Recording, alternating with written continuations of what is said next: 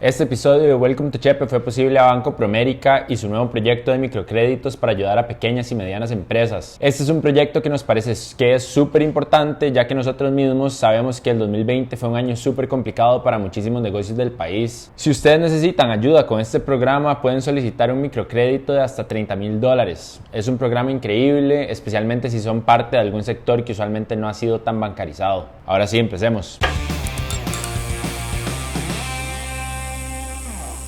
Buenas tardes, esto es Welcome to Chepe, un programa para las personas antifascistas. Pablo Abarca.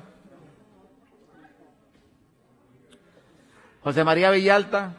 Yo creo que ya con anterioridad había empezado a estar así. Qué mierda que tenga que hacer otra vez. Porque si el diputado del Partido de Unidad Social Cristiana, Pablo Heriberto Abarca, hubiese leído Mein Kampf o un poco de historia, sabría que Hitler lo hubiera mandado a matar a él y a todos nosotros. Prefiero asumir que Heriberto Abarca ignora esto porque sería peor y mucho más preocupante pensar que está totalmente consciente al respecto. Cambiando de tema, y para darle seguimiento al caso del señor que estaba vacunando falsamente, el juzgado penal de la Unión lo dejó libre y sin medidas cautelares. Según explicó la Corte Suprema de Justicia, lo dejaron libre porque su conducta no incurrió en ningún delito, a pesar de que se le acusó de incumplimiento de deberes. Y a pesar de que la caja reveló que 1.593 personas fueron vacunadas o no por este ser humano. 1.593 personas que tal vez se pueden morir por esta imprudencia. Tal vez, si las 1.593 personas se mueren, sí se considere un delito. Por el momento no han dicho si ya contactaron a las personas o si les van a realizar un análisis de anticuerpos para determinar si también se les simuló la vacunación o no. El juez Luis Diego Ulloa Rodríguez no solo fue el que tomó la decisión de dejarlo libre, sino que también fue el que negó la destitución del funcionario y el que denegó la solicitud de allanamiento hecha por el Ministerio Público y el organismo de investigación judicial. Bienvenidos a Chepe. Gracias por ni mierda al juez Luis Diego Ulloa Rodríguez. Ojalá que ese mal lo tenga que vacunar a usted. Saludos. Por su parte, el Ministerio Público apeló la decisión y solicitó que se le impusieran medidas cautelares. Queremos recordarles que el Código Penal establece que en el caso de que haya incumplimiento del deber, al funcionario público se le debe inhabilitar por un máximo de 4 años. Pero bueno, ¿ustedes qué piensan de la decisión de este juez? No sé ustedes, pero a mí me parece muy claro que el señor incumplió sus deberes. Digo, su único trabajo era aplicar una vacuna y no lo hizo. Pero ¿saben a quién se van a despedir si no hace un buen brete? A mí. Por eso los animo a suscribirse a nuestro Patreon, a patreon.com/nopasanadaoficial. Por menos de lo que puede costar una vacuna en el mercado negro, nos pueden ayudar a mantenernos independientes para hacer el contenido que a ustedes les gusta y que nosotros claramente disfrutamos hacer. Las contribuciones en Patreon empiezan por $3, así que los animo a ir a patreon.com/nopasanadaoficial y echarnos algo para seguir hablando de cosas lindas. Esta semana la Unidad de Data de la Nación reveló que desde el 2011 5 miembros de la banda narcotraficante con la que supuestamente está vinculado el diputado Gustavo Viales del Partido de Liberación Nacional y su padre Carlos Viales ha acumulado 41 propiedades en la zona sur que equivalen a 540 hectáreas y 41 vehículos. Según la investigación, ellos han acumulado un total de 2.914 millones en bienes como fincas agrícolas, carros de doble tracción, equipo para trabajar el campo e incluso 2 botes. Estos 5 miembros son el líder de la banda criminal Darwin González, su esposa Juliana Jiménez Araya, su cuñado Mauro Jiménez Araya y 2 agentes del OIJ, dejando claro que la banda se infiltró en el Poder Judicial para poder operar sin problemas y probando una vez más que por eso siempre el Estado va a perder la guerra contra las drogas. En este caso, también se arrestó al regidor municipal liberacionista de Corredores Bernabé Chavarría, al que se le acusó de realizar trámites de permisos municipales a favor de la banda criminal. Al regidor se le dejó libre con medidas cautelares, entre ellas monitoreo electrónico, impedimento de salida del país y debe presentarse una vez al mes a firmar y mantener un domicilio fijo. Nada más para que se hagan una idea del estilo de vida de la banda de Darwin González y su esposa Juliana. Ellos tienen una casa de campo de 17 hectáreas en el distrito de Cuesta de Corredores, conocida como la Finca Darwin. En esta finca hay una casa, un rancho para fiestas, un lago, un heliopuerto y una plantación de palma aceitera. En cuanto a la investigación en contra del diputado Gustavo Viales, la Comisión Investigativa de la Asamblea Legislativa va a comenzar su proceso de investigación la próxima semana, así que ahí le estaremos dando seguimiento. Hablando de lujos y sobre cómo el dinero y el poder nos corrompen, entre el 2010 y el 2020, 28 municipalidades aumentaron en un 150% el gasto en dietas y viáticos que pagan a sus regidores y síndicos para asistir a las sesiones de los consejos. En números, esto se traduce a que pasaron de pagar 2.260 millones de colones a 5.170 millones de colones. Algunos de los casos que más nos llamaron la atención son el de la Municipalidad de Santa Ana, que aumentó el pago en un 600%, pasando de pagar 18 millones de colones anuales a 128 millones. O el caso de la Municipalidad de Alajuela, donde hubo un aumento del 156%, pasando de pagar 210 millones de colones a 540 millones anuales, convirtiendo a estos síndicos y regidores en los mejores pagados del país y a la Municipalidad de Alajuela en la institución pública con mayor gasto en dietas a nivel nacional. Y como ustedes saben que a mí me gustan hacer listas, las 10 municipalidades con más aumentos son las de Alajuela, Liberia, San Rafael, Orotina, Sarchí, Grecia, Curridabat, San Isidro, Paraíso y Puriscal. Qué raro que estemos en una crisis fiscal, ¿verdad? ¿Por qué será? Pero la fiesta no para ahí, tranquilos. Porque esta semana un informe de la Contraloría General de la República reveló que durante el 2020 el Estado pagó 679 millones de más en pensiones a personas que ya habían fallecido o que habían perdido su derecho a tener una pensión. Pero para que se les retuerce el estómago un toque más, el informe detalló que este monto solo es un estimado, porque resulta que las herramientas de control que se utilizan para detectar estos pagos extra no son oportunas ni efectivas, o sea, no sirven para nada.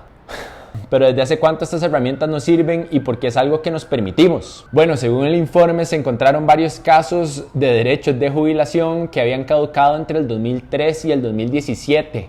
En otras palabras, hubo casos en los que se pagaron jubilaciones que llevaban más de 17 años vencidas. Por otro lado, se detectaron casos de sobrepagos a personas fallecidas que por falta de información sobre la fecha de muerte se les continuó pagando. O sea, ya ni siquiera sabemos cuándo alguien se palma. Según la Contraloría, el 67% de estos pagos de más se le dieron a personas que ya habían perdido el derecho a la pensión y el 33% corresponde a pensionados fallecidos. Uno pensaría que esos errorcillos se pueden corregir, pero la Contraloría dijo que recuperar ese dinero es un proceso sumamente difícil. De hecho, durante el 2020 solo pudieron recuperar 53 millones de los 679 millones de más que la Dirección Nacional de Pensiones y la Junta de Pensiones del Magisterio Nacional pagó mal. ¿Ustedes qué piensan de nuestro sistema de pensiones? En lo personal, yo estoy resignado a no recibir ni media pensión cuando me toque y va a ser lindísimo. Toda nuestra generación sin hijos, solo plantas y perros por todo lado y sin medio 5 trabajando hasta el día que nos muramos para pagar la renta. En cuanto al COVID-19, el informe semanal sobre el avance de la campaña de vacunación de la Caja reveló que en los últimos 7 días rompimos el récord de vacunaciones. Según los datos, se aplicaron 131.368 dosis de la vacuna y ojalá que sigamos rompiendo este récord todas las semanas. En total se han aplicado 950.252 dosis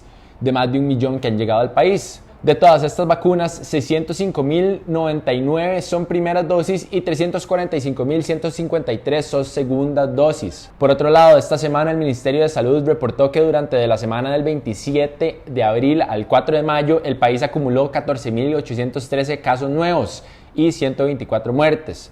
Por su parte, el pasado 4 de mayo, durante su discurso de rendición de cuentas, el presidente de la República, Carlos Alvarado, aseguró que esperan alcanzar la inmunidad de rebaño en algún momento entre octubre y diciembre de este año. Hemos iniciado también la vacunación del grupo TES, que tiene factores de riesgo. Todo esto con el objetivo de reducir drásticamente la hospitalización y la mortalidad. Proyectamos lograr inmunidad de rebaño en el último trimestre de este año. El presidente también resaltó que para la noche del 4 de mayo llegó al país un vuelo con 124.020 vacunas, la mayor cantidad de dosis que hemos recibido hasta el momento. En total, el país ha adquirido 7 millones de dosis para las 3,5 millones de personas mayores de 18 años que deben de ser vacunadas. Además, comentó que el Ministerio de Salud ya emitió la resolución para que el sector privado pueda importar vacunas. A esta lucha por alcanzar la inmunidad de rebaño se unieron la Unión de Cámaras y Asociaciones del Sector Empresarial Privado, la Cámara de Industrias de Costa Rica, la Cámara Costarricense Norteamericana de Comercio, los Hospitales Metropolitano y Clínica Bíblica, CEFA y las farmacias Fischl y La Bomba. Todos ellos anunciaron que van a formar una alianza para importar vacunas al país e informaron que van a poner a disposición de la Caja y el Ministerio de Salud a sus profesionales acreditados e infraestructuras para ayudar a acelerar el proceso de vacunación. En relación a esto es importante recalcar que no es como que las farmacéuticas van a estar cobrando por las vacunaciones, ¿verdad? Sino que simplemente van a facilitar sus espacios y su planilla para dar las vacunas que se importen de forma gratuita. ¿Por qué será que es hasta el peor de los momentos en el que tomamos este tipo de decisiones como país? Sería tuanis ver decisiones pensadas a futuro en vez de que todo sea tan reaccionario. Se pudieron haber habilitado todos estos espacios y hacer estos acuerdos con las empresas privadas desde hace rato, ¿o no? Pero bueno, volviendo a la rendición de cuentas del presidente, en esta enfatizó que el acuerdo de financiamiento con el Fondo Monetario Internacional es lo que el país necesita para encontrar la estabilidad económica. Quiero ser categórico. No avanzar en esta agenda es el riesgo más inminente y grave que se cierne sobre Costa Rica. El acuerdo con el fondo no implica el despido de nadie, no implica la reducción salarial para nadie, no privatiza ninguna institución, no toca el IVA ni grava a los más pobres. Además, resaltó de que no se apruebe este acuerdo, esto tendría un efecto directo en el próximo gobierno y entraría terriblemente embarrialado. Nada más, quiero recordarles que este acuerdo con el Fondo Monetario Internacional lo que busca es un préstamo por 1.750 millones de dólares a un plazo de 10 años y 4 años más de gracia, con una tasa de interés anual estimada del 2,05%. Además, el acuerdo establece que se debe aprobar una serie de reformas legales, entre ellas la reforma al empleo público, el proyecto de renta global dual, el gravamen a los premios de lotería, el impuesto a las casas de lujo y muchas más. Para que se apruebe este acuerdo, al menos 38 diputados tienen que votar a favor. El problema es que el nuevo directorio legislativo ya definió su lista de prioridades y en ella no está la mayoría de las reformas legales que establece el acuerdo. Hubiera sido tuanis un plancillo de reactivación económica para ponerlo en práctica en este momento, previendo que íbamos a tener que cerrar el país de nuevo, porque así ha venido sucediendo en todo el resto de los países en el planeta durante los últimos meses. Volviendo al discurso del presidente, en cuanto a infraestructura, aseguró que va a enviar a la Asamblea Legislativa un crédito para que el próximo gobierno tenga la capacidad monetaria de continuar asfaltando toda la red de vías nacionales que aún son de lastre, y estimó que para el 2026 todas las vías deberían de ser de asfalto. Además, comentó que ya firmaron el contrato para ampliar y completar la ruta de circunvalación norte, que los trabajos en la Angostura y la Rotonda de la Bandera y los pasos elevados en Taras ya iniciaron, así como que está en firme la adjudicación del paso a desnivel en La Galera. Inclusive prometió que durante su gobierno quedará licitado el proyecto de construcción del tren eléctrico, que ha sido súper polémico y que está estancado ahí en el plenario. En cumplimiento de mi compromiso de campaña, nuestra administración licitará el tren eléctrico metropolitano, un proyecto que traerá salud, agilidad, ahorro y crecimiento económico. La próxima administración podrá de esta forma construir la primera línea del proyecto. También dejaremos el financiamiento y el proceso. Acá les recuerdo que para realizar este proyecto se está pidiendo un préstamo de 550 millones de dólares al Banco Centroamericano de Integración Económica, pero que la aprobación de este contrato de préstamo está pegado en la Asamblea y que desde que inició la pandemia no ha sido convocado a sesiones extraordinarias. También se refirió al acuerdo de Escazú. El acuerdo de Escazú lleva ese nombre como reflejo del liderazgo del país en la materia. Un acuerdo que refuerza el acceso público a la información ambiental, a la participación y al acceso de justicia en asuntos ambientales. Y no debe ser sujeto de miedos, de cálculos o de excusas para nadie. Y condenó la inacción que se ha dado en cuanto al tema de tierras indígenas, asegurando que ya está en la última etapa de conformación el fideicomiso para que se materialice el plan de recuperación de tierras indígenas. Por último, propuso que el pueblo costarricense debe considerar una actualización de la constitución política del país y que contemple cambiar el régimen presidencialista a uno semiparlamentario, régimen en el que existe la figura de un presidente electo por el pueblo, un primer ministro y un gabinete nombrado por el presidente. Pero ¿ustedes qué opinan de esta opción de cambio de régimen? ¿Nos beneficiaría o no? ¿Y qué opinan de todos los temas de los que habló el presidente Carlos Alvarado? De nuevo, me gustaría agradecerle al Banco Promérica por hacer posible este episodio de Welcome to Chepe. Ellos tienen un nuevo proyecto de microcréditos para ayudar a emprendimientos como el nuestro. Este programa de microcréditos lo que permite es acceder a los fondos para industria, comercio y servicios, créditos verdes, fortalecimiento de las pymes y encadenamientos turísticos, el sector agropecuario, agrícola y en general aquellos afectados por la pandemia del COVID-19.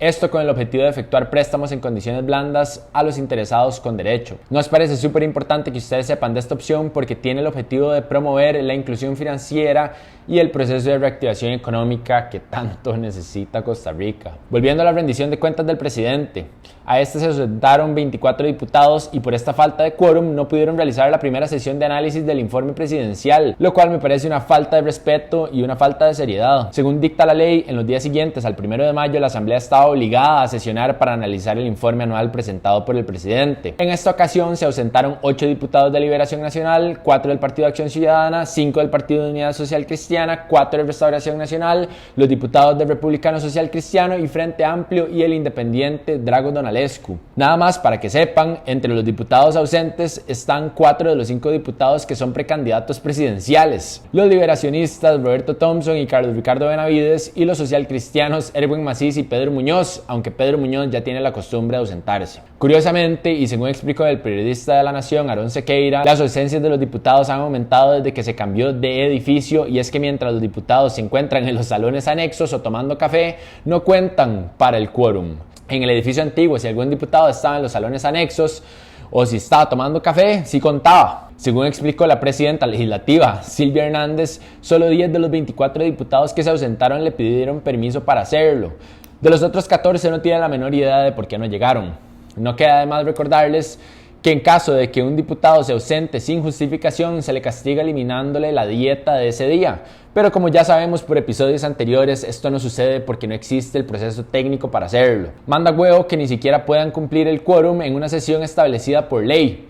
Y de ahí nada, queda solo seguir esperando a que se apliquen las acciones reglamentarias del caso y que los diputados dejen de faltar. El pasado 1 de marzo, la diputada liberacionista Silvia Hernández se convirtió en la nueva presidenta legislativa. Hernández recibió un total de 42 votos en comparación a los 14 de su contrincante María Vita Monge del Partido de Unidad Social Cristiana. Esta elección es histórica, ya que no solo es la primera vez que 2 diputadas se disputan la presidencia de la Asamblea, sino que también es la primera vez que el Congreso ha tenido 2 presidentas en un solo periodo constitucional. A Hernández se le suman Carlos Avendaño de Restauración Nacional como vicepresidente, Rodolfo Peña del PUSC como primer secretario, Xiomara Rodríguez de Restauración Nacional como segunda secretaria, Aida Montiel de Liberación como primera prosecretaria y Otto Vargas del Republicano Social Cristiano como segundo prosecretario. Como pudieron notar, no hay ningún integrante del PAC, y esto es algo que criticó fuertemente Hernández porque los 10 diputados del PAC votaron en su contra para la presidencia legislativa. Hernández dijo, y cito: "No concibo cómo el PAC pretende no ser parte de lo que estamos construyendo.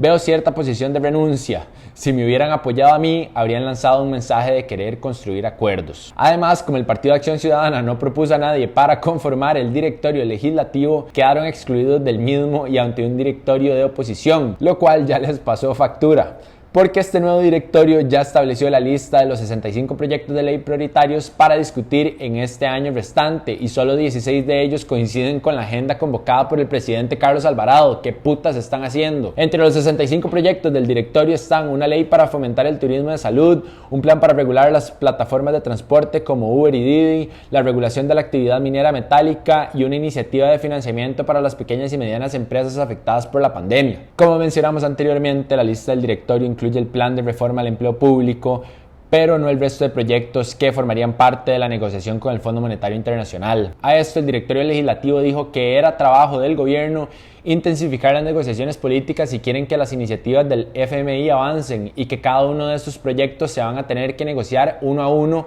y por aparte. Eso sí, como réplica a la rendición de cuentas del presidente, Hernández felicitó los esfuerzos del gobierno en este tema, pero les pidió que demuestren acciones concretas para llegar a un acuerdo. En esa misma réplica, Hernández acusó al gobierno del presidente Alvarado de ser poco transparente y falto de coordinación. Incluso criticó bastante fuerte el estado de la educación en el país, especialmente la falta de datos concretos que nos permitan saber en qué situación se encuentra el sistema educativo. ¿Ustedes qué opinan de todo esto? ¿Están a favor de que no se discutan los proyectos que van a permitir que se avance con el acuerdo con el Fondo Monetario Internacional? Por último, queremos terminar con una noticia que nos parece sumamente importante, y es que la Caja entregará la pastilla del día después a todas las mujeres que lo requieran. Según explicaron en un comunicado de prensa, este anticonceptivo va a estar disponible para toda mujer que haya tenido una relación sexual con posibilidad de embarazo, y no solo en el caso de una violación, como solía ser. No queda de más recordarles que este medicamento no es abortivo, ni causa esterilidad o algún tipo de efecto a largo plazo,